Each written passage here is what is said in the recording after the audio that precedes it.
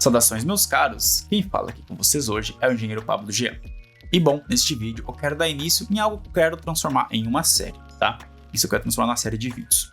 Primeiramente, tá? Vai ser uma série de projetos, tá? O que eu vou fazer? Então, eu vou ter... Bom, nós que trabalhamos com isso, né? Com embarcados, temos alguns projetos pessoais que a gente faz, alguma necessidade que a gente tem dentro de casa, ou alguma coisa para treinar mesmo. Então, hoje eu quero, a partir desse vídeo, fundar essas séries de vídeos, tá?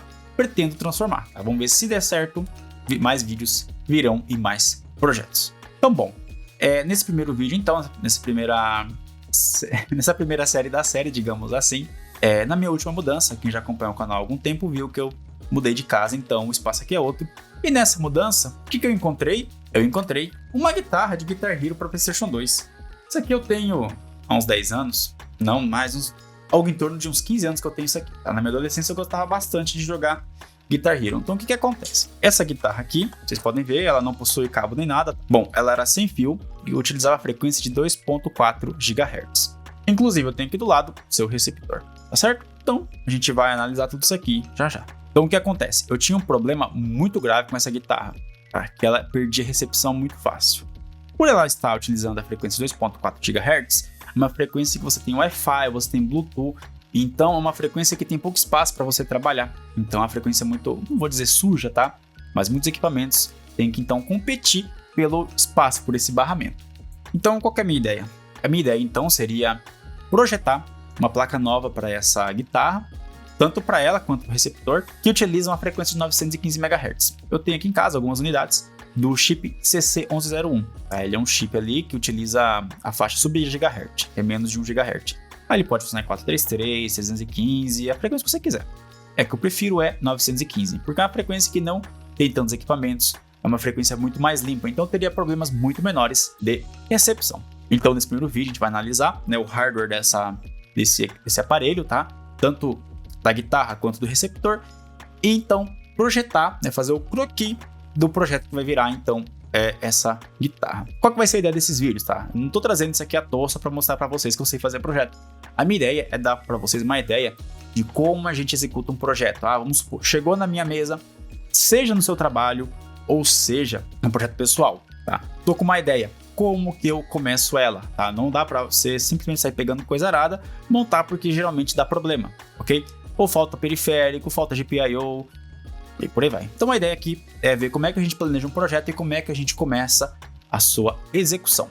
E bom, como esse projeto vai exigir o desenvolvimento de uma placa eletrônica, de um projeto eletrônico, eu pretendo com isso trazer para você um curso de KiCad, né, e design de PCB, trazendo diversas dicas ali, alguns cuidados que você tem que ter na hora de desenvolver a sua placa de circuito impresso, tá? Para ela ficar com qualidade profissional. Então bom, a introdução é isso. Introdução um pouquinho longa, né, que é costume. Antes da gente efetivamente começar o nosso vídeo, tá? Curte o vídeo, tá? Que esse vídeo vai ser muito legal, eu acho que essa série vai ser bem divertida de assistir e de acompanhar. E se inscreve aí no canal, clica no sininho também, tá? Para você estar aí acompanhando, né, e tá sempre recebendo as notificações quando eu estar trazendo novos vídeos, beleza? E bom, deixa eu fazer um convite para você, tá? Se você quer se tornar um desenvolvedor profissional, clica no link que está aparecendo aqui embaixo na descrição, tá? E confira lá o curso de STM32F411 Essencial. É um curso no qual a gente aborda esse time controlador com vários detalhes, analisamos os periféricos, sua documentação e também eu trago várias dicas para os seus projetos, tá? E lembrando que vai ter um descontão especial para você que está assistindo este vídeo. Tem um cupom lá que vai te dar um descontão, você vai pagar baratinho num curso muito bom, beleza? Bom, pode ser também que você assistindo esse vídeo, o curso de KiCad já esteja disponível e o link dele também vai estar disponível nesse link aqui embaixo, beleza? Bom, dito então, vamos começar!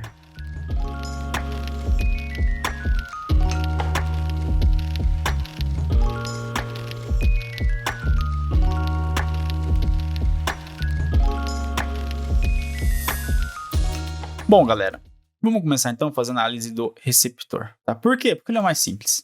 Bom, a princípio, né? Bom, a gente tem o receptor, de um lado a gente tem o LED. Minha ideia também é reaproveitar estes encapsulamentos aqui, tá? O case dele. Então, eu não quero fazer nada novo, imprimir nada em 3D. Eu quero usar isso aqui. Bom, a gente tem um LED, então provavelmente depois eu vou ter que tirar a medida aqui dentro. E o que me preocupa um pouco, que vai ser meio complicado na parte do projeto, vai ser isso aqui, tá? Isso aqui é basicamente a entrada ali do PlayStation 2, né? Conector de controle. Isso aqui me preocupa um pouco, tá? O protocolo eu já dei uma olhada antes, é meio esquisito, mas Nada impossível de fazer não, tá? Nada impossível. Se alguém fez, se existe controle de PlayStation 2 chinês, a gente faz também, né? Vamos lá, vamos desmontar esse cara aqui então.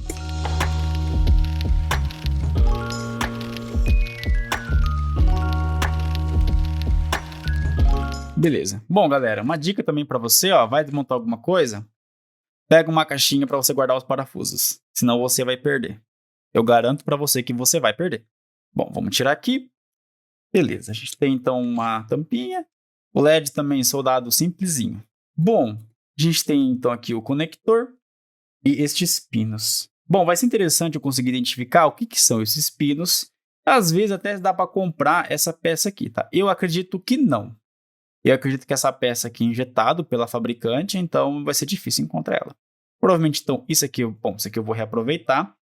Vou só tirar aqui, depois tirar essas medidas, quais são essas distâncias e aproveitar esse conector, tá? Gostaria? Não. O ideal seria utilizar um novo, porque isso aqui já é antigo, isso aqui deve estar oxidado, então é aquela coisa, né? Bom, beleza. O que a gente nota aqui? Nossa senhora. Bom, a gente tem então, aqui deve ser um microcontrolador, ou algum chip dedicado, um ASIC que a gente chama. Temos o nosso LED aqui, resistores, tal, e um receptor de rádio, 2.4 GHz. Porque eu já estava na caixa, eu sei porque eu já estava na caixa dele. E bom, depois eu então vou ter que identificar quem são esses pinos do PS2. Qualquer coisa já pega aqui na internet, a gente já anota quem são esses caras. Pra gente entender o que tem aqui no microcontrolador e o que não tem. Então, bom, vamos lá. Vamos pegar um papel para a gente inicializar esse projeto. Vamos lá, trouxe aqui então o caderno. Vamos lá.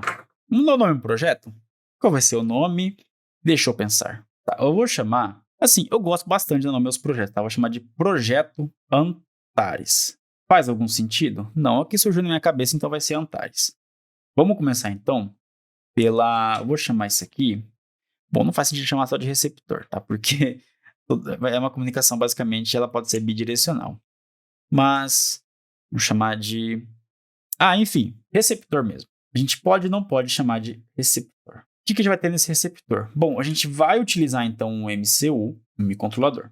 Qual microcontrolador vai ser? Vai ser um STM32. Eu vou ver o que eu tenho aqui para já utilizar microcontroladores que eu já tenho, tá? A minha ideia é utilizar o máximo de coisa que eu já tenho aqui, para evitar ter que comprar muito componente. Então vai ser um STM32. A princípio, eu vou utilizar esse aqui, ó, um G070KB. Como vocês podem ver aqui, eu tenho algumas unidades dele, né? Tenho 5. Então vai ser mais que suficiente para esse projeto. Então vai ser um STM32 G070KB. Acredito que vai ter GPUs suficientes, periféricos suficientes, tá? Eu ainda vou conferir, a gente está fazendo uma análise prévia, analisando o que eu tenho e o que eu preciso, tá? Então assim, eu vou depois pegar, conferir certinho que eu vou precisar ligar, já fazer um refinamento aqui já. Primeiro ele está fazendo um croquis inicial. O que eu vou ter aqui? Tá? Eu vou utilizar o CC1101. Ele é um chip ali, né, de rádio. Vou utilizar 915 MHz. Eu já trabalhei com ele, já utilizei. E é um chip que mesmo com antena de PCB, esse tipo de antena aqui que a gente fala, tá? Ela é uma antena que tem um alcance um pouco prejudicado. E mesmo assim eu consegui até 100 metros de distância.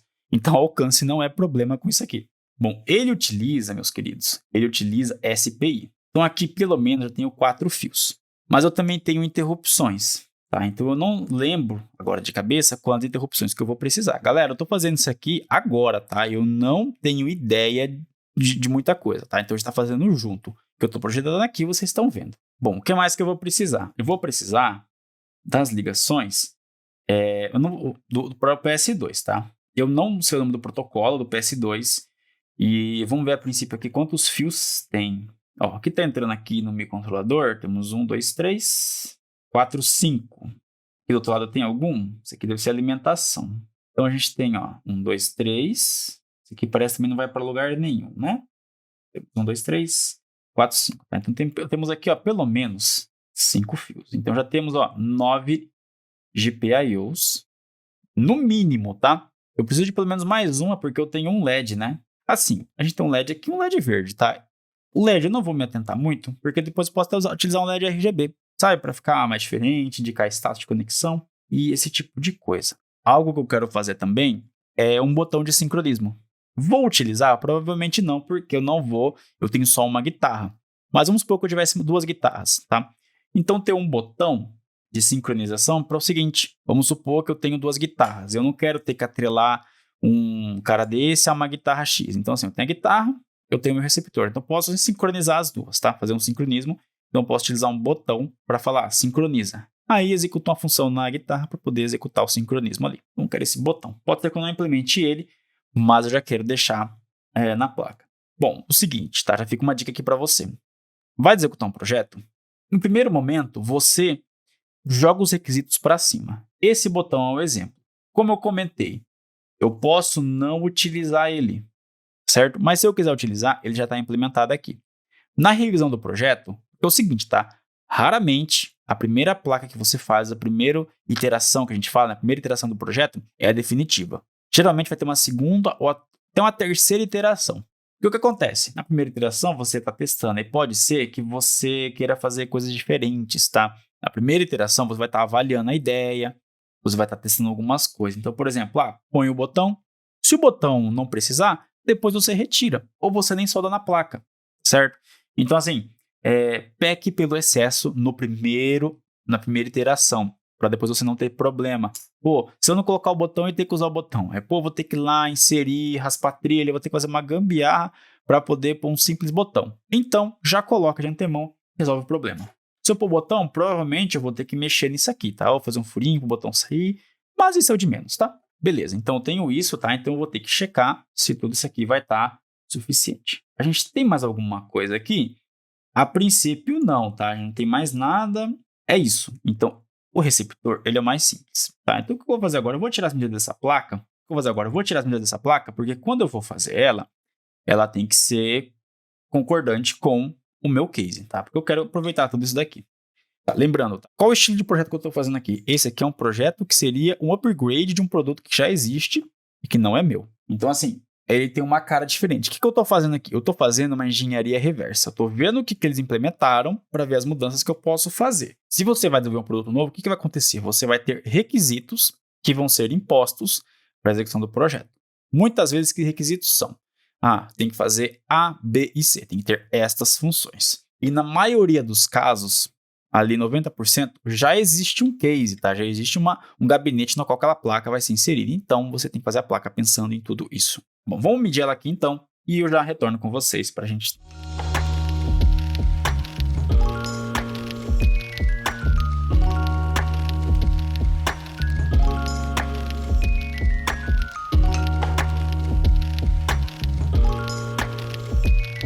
Bom, essa placa então, coloquei a indicação de onde está o LED e a entrada para o videogame, né, para o PS2. Temos então 4 por 4 centímetros. A placa bem compacta. Tá? Isso é legal porque deu uma placa até mais barata da gente estar fazendo. Agora eu vou medir também estes furos aqui, tá? Qual que está sendo a distância deles.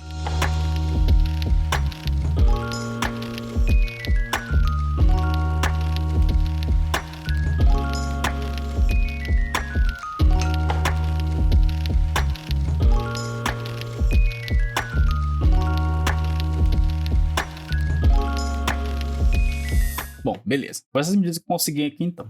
Bom, o certo aqui seria até usar um paquímetro, tá? Não estar utilizando uma régua, porque me dá medidas mais imprecisas. Mas, infelizmente, na mudança, eu ainda não achei o meu paquímetro, tá? Ele tá perdido em algum canto aí. Então, a régua vai agora, tá? Ela quebra um galho, então, sem problemas. Bom, então eu tenho esse furo aqui com 5 milímetros, tá certo? Distâncias aqui de 33 milímetros para cá e 28 para cá. Como é tudo simétrico, eu não preciso ficar medindo todo mundo. E aqui ele tem 3 centímetros de distância para essa borda aqui. Bom, o que acontece aqui? O seguinte, eu tenho que pensar bem pelo seguinte detalhe, acho que é aqui, né, que encaixa. Estes furos são bem justos, né? Eu não posso deixar muita folga, senão vai tudo ficar bambo aqui dentro. Mas, ainda assim, quando eu fizer esse projeto, eu vou colocar esse furo em torno de 5,2 milímetros, tá? Caso na hora de medir tenha dado alguma imprecisão, eu vou ter folga para trabalhar. Principalmente aqui, tá? Porque aqui para medir tá um pouquinho complicado, né? E esse restante aqui está centralizado. É porque aqui não está centralizado na placa, né? Vocês podem ver que tem uma borda um pouco maior aqui do que aqui. Então eu tenho que compensar essa distância. Bom, beleza. Tá, galera. Tô olhando aqui a LCSC, que é geralmente onde eu costumo pesquisar os componentes. Então vou procurar aqui, ó, duas coisas, tá? CC1101 vai ser o chip que a gente vai estar utilizando. Eu não vou precisar comprar ele, eu tenho alguns aqui, alguns soldados em placa, tá? Nem foi utilizado, então eu posso retirar eles tranquilamente. Tá? Vamos pegar a documentação dele. Eu gosto do preço dele, tá? Ele é um front-end de hardware que até tem um preço bacana. Existe a linha da Texas, que é se não me engano é CC13, acho que 26, alguma coisa assim, tá? Não lembro agora de cabeça. que são microcontroladores que possuem já esse RF embutido. Eu poderia utilizar um desse? Eu poderia. Por que eu não vou utilizar? Como eu comentei, eu quero utilizar o que eu tenho. Eu não tenho esse chip aqui. Então, se eu utilizar ele, eu vou ter que comprar. Eu não quero fazer isso agora. Eu quero comprar o mínimo de coisa. Bom, o datasheet dele está aqui aberto. Nossa, tá um pouco ruim aqui de ver, né? Isso. Agora eu vou habilitar, vou pegar também o do STM32 que eu vou utilizar. STM32 G070. Bom, ele tem... Vamos abrir o datasheet, vai? Melhor. Bom, ele é um ARM M0, 32 bits. Eu tenho 128 KB de flash. Eu planejo utilizar uns 32 kilobytes, no máximo 64 kilobytes. Mas é aquilo que eu comentei. Preze sempre pelo excesso nesse começo. Não pega... vou pegar um microcontrolador que eu acho que vai dar 16K de memória. Cara, não faz isso, porque você vai se dar mola na frente. Depois vai faltar memória, você tem que ir atrás do microcontrolador. Às vezes nem tem um encapsulamento maior. Então, primeiro, pega algo que vai ter folga. Porque pode ser que você enfrente alguma coisa que você não esperava. Já aconteceu comigo em alguns projetos, tá? Eu já cometi esse erro. Então, o que eu peço para você, não cometa o mesmo erro que eu. Bom, é isso. Tem timer, ADC, etc. Eu quero ver quantas GPIOs ele tem. Vamos ver aqui, cadê as... Vamos lá, Functional Review. Vamos descer aqui, vamos procurar os pinos dele, tá? Quero ver o que ele tem de GPIO também. Aqui, ó, pinouts. Ele quer FP32 esse daqui, tá? Então, vamos lá. Então, ele vai ter esse cara aqui. Então, ele tem 1, 2, 4, 6, 8, 10, 12, 14, 16, 18... Tá, tem GPIO sobrando. Ele serve. Em questão de GPIO. Tá, vamos ver se ele tem quantas SPI ele tem. Tá, deixa eu voltar aqui pro começo dele. Para introdução, para a primeira página. Ele vai dar algumas coisas. Tá, ele tem... Tá, galera, eu quero encontrar a informação de quantas SPI que ele tem. Tá meio ruim de achar aqui, né? Vamos lá, eu acho que vai ter aqui, ó.